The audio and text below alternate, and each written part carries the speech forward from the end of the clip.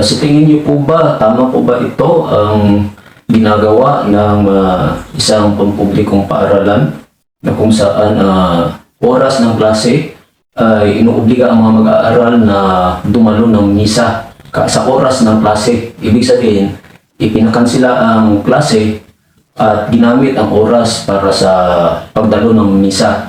Ibig sabihin niya na kung hindi po ako nagkakamali, no, inobliga lahat kahit ano ang reliyon mo, kahit hindi ka Katoliko o kung hindi po ako nagkakamali, kahit sabihin natin kahit po sabihin natin na Katoliko lamang yung inuobliga nila, pero karamihan sa mga mag-aaral ay Katoliko, di yung mga hindi Katoliko ay maiiwan at walang gagawin, kundi pakalat-kalat. Kung hindi naman pakalat-kalat ay mapipilitang mag-obserba sa misa, o kaya naman manatili sila sa kanilang kwarto o sa silid-aralan na walang ginagawa, no?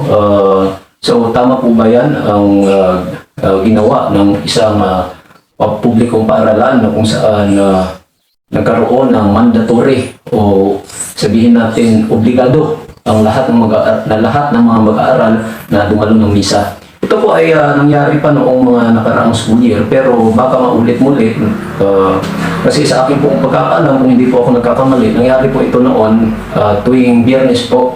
Yung mga schedule ng bata sa klase palaging sinususpindi tuwing Biyernes, kung hindi po ako nagkakamali. Pagkatapos niyan, doon na hindi na ginagamit sa pagtuturo o pag-aaral ng leksyon, kundi sa pagmimisa na. Okay, so pag-usapan natin, no, ang mga batayan sa ligang batas, kung tama ba ito o hindi. Linawin po natin, hindi ko po inaatake yung simbahang Katoliko po rito. Ako po ay neutral, wala po akong kinakampihan. Yung akin lamang po ay pag-usapan natin na kung tama ba ito o hindi. Okay, number one, para sa akin po ay hindi po tama. Bakit? Number one, meron naman po tayong oras sa pagsisimba, halimbawa linggo. So, ibig sabihin po, may araw naman po na magsimba ang bata. Linggo, Sabado, o anong araw man po yan na nais niya. Na ibig sabihin na hindi siya pinipwersa. Tapos, number two, mayroon naman pong simbahan na siyang tamang lugar sa pagsamba. Kaya nga po, itinayo po yung mga kapilya para doon po magsimba o magdaos ng mga pagsamba ang mga tao o mga kaanib ng isang partikular na reliyon o sektas, o kaya nga po itinayo yan para doon po magpahayag ng kanilang paniniwala ang bawat miyembro ng isang partikular na relihiyon. So hindi po dapat sa pagpublikong paaralan, sa akin pong opinion, sa akin pong palagay, kasi oras po yan ng pag-aaral at lugar po yan ng edukasyon. Number three, ang pampublikong paaralan po ay hindi dapat gamitin ng partikular na sekta o reliyon para isulong ang kanilang interes, dahil malinaw po ito na ipinagbabawal ng saligang batas ang pagsuporta sa isang partikular na relihiyon o magtatag ng pamahalaan na kontrolado ng iisang relihiyon. Ibig po sabihin, tayo po ay republika. Wala po tayong sabihin natin na religious state. Ano po ba yung religious state? Yung religious state ay kalimitan na matatagpuan po ito o makikita sa gitnang silangan o Middle East, na kung saan yung reliyong Islam ay siyang kumokontrol sa pamahalaan, kung hindi po ako nagkakamali. So yung mga patakaran ng Islam ay yun din ang ipinapatupad ng pamahalaan. Pero dito po sa Republika ng Pilipinas, wala pong partikular na reliyon na sinasabi ang saligang batas na kumontrol sa ating pamahalaan. Ibig sabihin, tayo po ay demokrasya. So maaari po tayong pumili kung ano pong reliyon ang ating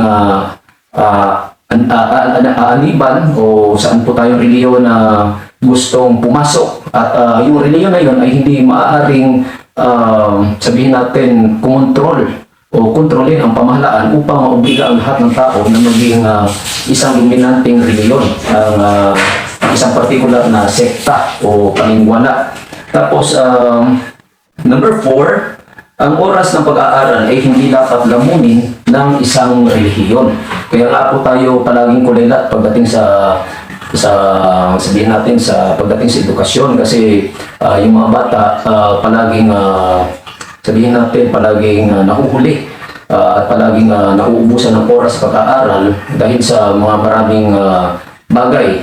Isa diyan sabihin natin yung mga bakasyon, mga kalamidad, at yung mga problema nila sa pamilya at iba pang mga dahilan, no, kung bakit ang mga mag-aaral ay sabihin natin hindi nakakadalo ng klase. Kaya nga yung iba nagkakaroon ng make-up classes, tapos ngayon isisingit mo pa ang personal pagdalo ng misa na wala namang kinalaman sa pagtuturo ng subjects o pag-aaral ng curriculum na ipinapatupad ng Department of Education.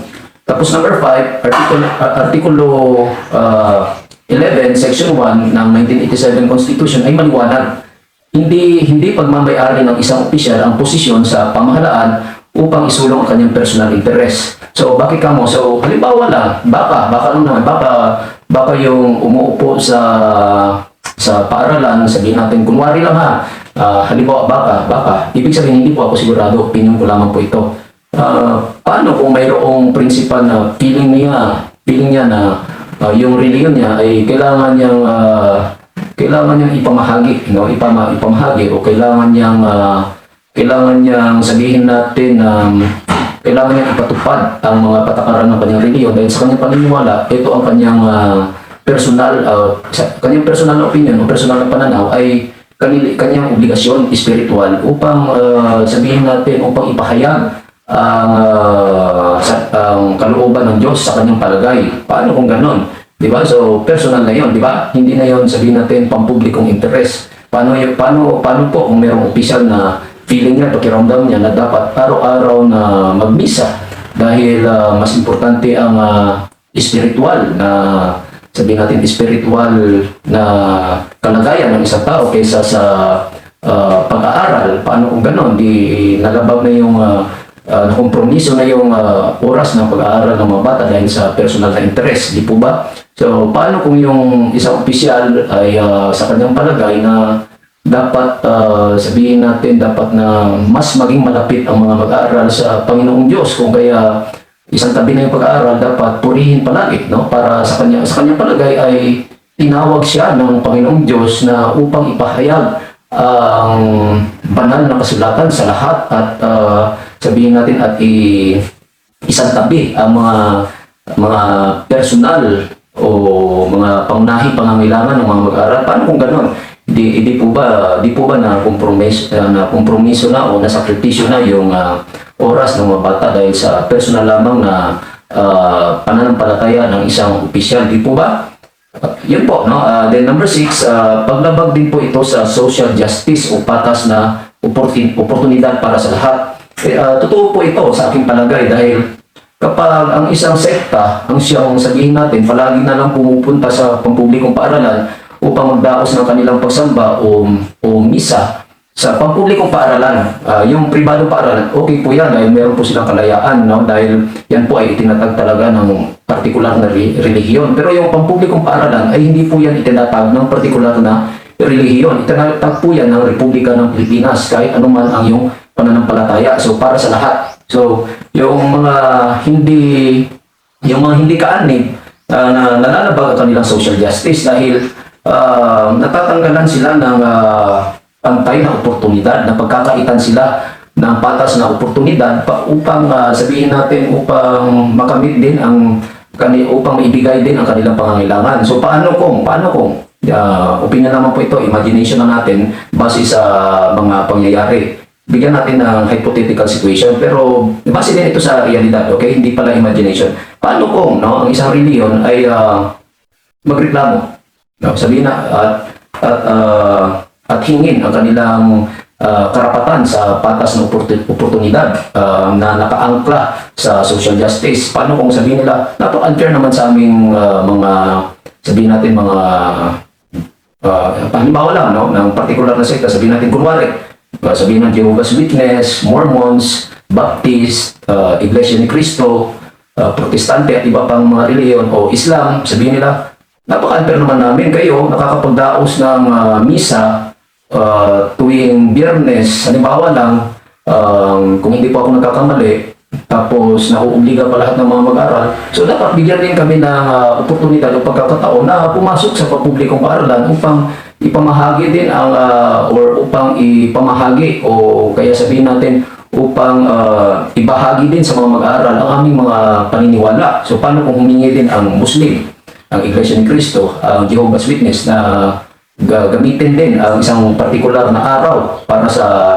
kanilang pagsamba sa loob ng partikular na pampublikong paaralan upang ipahayag ang kanilang paniniwala. Di po ba magkakaroon ng, sabihin natin, magkakaroon ng medyo kalituhan, magkakaroon ng, sa aking palagay, magkakaroon ng problema. Kasi bakit kamo? Dahil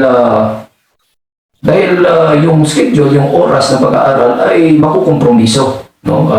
Magugulo ang schedule ng pag-aaral ng mga bata at lalamunin ito ng mga relihiyon. So, sa madaling salita, ang pampublikong paaralan ay hindi na magiging paaralan para sa lahat, kundi magiging isa na itong kapilya, simbahan, o kaya naman sabihin natin lugar ng pagsamba. So wala na ang layunin ng saligang batas na magbigay ng quality education o de kalidad na edukasyon para sa lahat. So yun lamang po at sana mabigyan po ng kaukulang aksyon ito upang hindi na maulit. Maraming salamat po at mabuhay.